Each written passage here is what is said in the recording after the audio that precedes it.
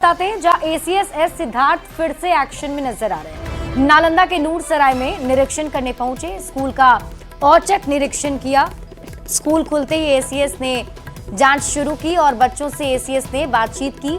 पढ़ाई और एमडीएम की जानकारी भी एसीएस ने बच्चों से ली है। तो बड़ी खबर आपको नालंदा से बता रहे हैं, जहां अचानक एसीएस सिद्धार्थ स्कूल में पहुंच गए थे।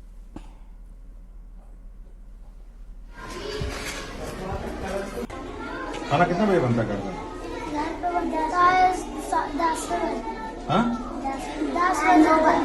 8 बजे आते हैं ट्यूशन से पढ़ के आते हैं। ट्यूशन से?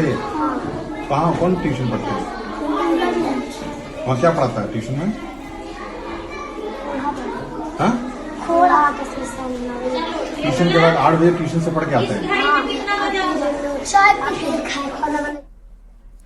और आइए बात कर लेते हैं बजट सत्र की। संसद का बजट सत्र शुरू हो गया है। राष्ट्रपति के अभिभाषण के साथ ही बजट सत्र की शुरुआत हुई और इसके पहले पीएम मोदी ने आज संबोधित किया और बजट सत्र को लेकर बड़ी बातें कही। पीएम ने कहा कि 2014 के बाद से ये पहली बार है जब बजट से पहले कोई विदेशी चिंगारी नहीं दिख रही, नहीं तो शरारती तत्वों को यहाँ हवा देने वाले बहुत लोग बैठे हैं।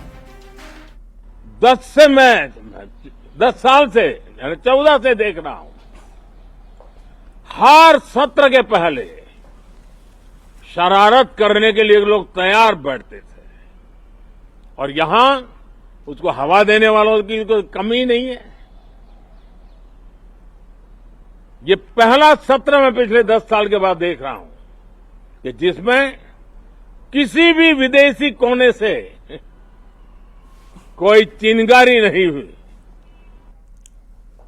अब पीएम मोदी के विदेशी चिंगारी वाले बयान पर सियासत तेज हो गई। बिहार में सत्ता पक्ष विपक्ष पर पलटवार कर रहा है तो विपक्ष के नेता पीएम मोदी से ही सवाल कर रहे हैं।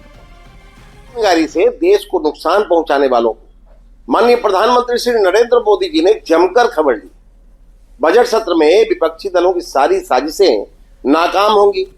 विदेशी चिंगारी को देश में लाकर हवा देने का कुकृत्य नहीं चलने वाला। आदरणीय प्रधानमंत्री जी की ये आदत है कि अपनी नाकामी को, अपनी सरकार की कमियों को छुपाने के लिए वो विपक्ष के ऊपर आरोप लगाते हैं। 11 वर्षों से आप सरकार में हैं, आपकी उपलब्धि क्या है ये बताइए। ये विदेशी चिंगारी की बात कर रहे हैं तो ये देश की किरकिरी किसने कराई है? फिर से एक बार साजिश हो रही है। विदेशी चिंगारी के माध्यम से राजनीतिक रूप से आग लगाने ये कोशिशें पहले भी हुई हैं लेकिन कामयाब नहीं हो पाई। एनडीए की एक मजबूत सरकार इस देश में है जो देश के लिए सोचती है, देशवासियों को कैसे राहत मिले। चिंगारी लगाने वाले चाहे वो ट्रूडो हो या हिंडनबर्ग हो, ये दोनों अब नहीं है तो उनको उनके फाइनेंसर प्रोड्यूसर जो झूठी कहानियां प्लांट करते थे वो अब हो नहीं रहा है। तो यहाँ पर बैठे हुए जो उनके तथाकथित अभिनेता थे, आज उनको न स्टोरी है और न फाइनेंस मिल रहा है।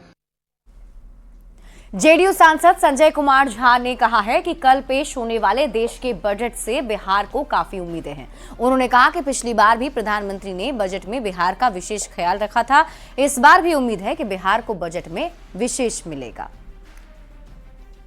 बजट में बिहार के ऊपर विशेष ध्यान प्रधानमंत्री जी का रहा। बिहार हमेशा से हम लोग की पार्टी, हम लोग विशेष राज्य का दर्जा मांगते रहे। बिहार से हमेशा ये आवाज उठता रहा, लेकिन अब क्योंकि वो टेक्निकली पॉसिबल नहीं है तो हम लोगों ने कहा कि बिहार को विशेष पैकेज, विशेष ध्यान देना चाहिए। कि बहुत सारे पैरामीटर में दिखाई पड़ता है कि नेशनल एवरेज से हम लोग कैच नहीं किए हैं अभी भी, लेकिन बिहार बेहतर परफॉर्म कर रहा है। पिछली बार के बजट में निर्मला सीतारमण जी ने, आदरणीय वित्त मंत्री जी ने उसका एड्रेस भी किया है। तो बिहार की अपेक्षाएं बजट से बहुत है। बड़ा थिकली पॉपुलेटेड स्टेट है और निश्चित रूप से एनडीए सरकार, जो मोदी जी की सरकार है, उसका ध्यान इस बजट में भी पिछली बार की तरह जरूर फोकस में रहेगा। कल पेश होने वाले देश के बजट पर डिप्टी सीएम विजय सिन्हा ने कहा कि कल का बजट 21वीं सदी के विकसित भारत का बजट होगा। ये बजट किसान, युवा और महिलाओं के हित में होगा। 20वीं सदी का विकसित भारत का बजट देश के माननीय प्रधानमंत्री नरेंद्र मोदी जी के द्वारा मां भारती के संतानों के हित में, गरीब, किसान, युवा, महिलाओं के हित में होगा। विकसित भारत बनाने के संकल्प को साकार करेगा। नेता प्रतिपक्ष तेजस्वी यादव ने एक बार फिर से बिहार की विधि व्यवस्था पर सवाल उठाए हैं। तेजस्वी यादव ने कहा कि बिहार में कोई भी ऐसा दिन नहीं गुजरता जब सैकड़ों राउंड गोली ना चली हो। बिहार में पूरी तरह विधि व्यवस्था बिगड़ चुकी है। मुजफ्फरपुर में परसों हुआ और अभी शायद मुजफ्फरपुर में कल की घटना है, वहां यानी बिहार में ऐसा कोई दिन नहीं है जहां 500 राउंड गोलियां नहीं चलती।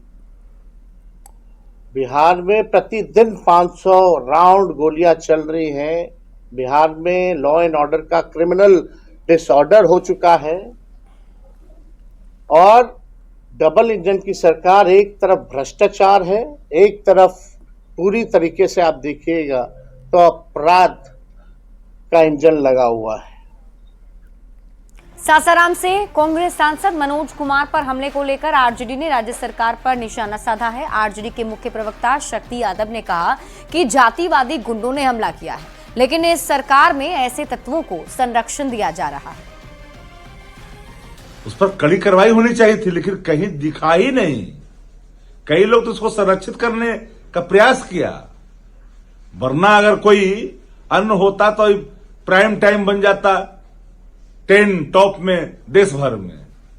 लेकिन बेचारा भला दलित का बेटा, इसका संज्ञान कौन ले।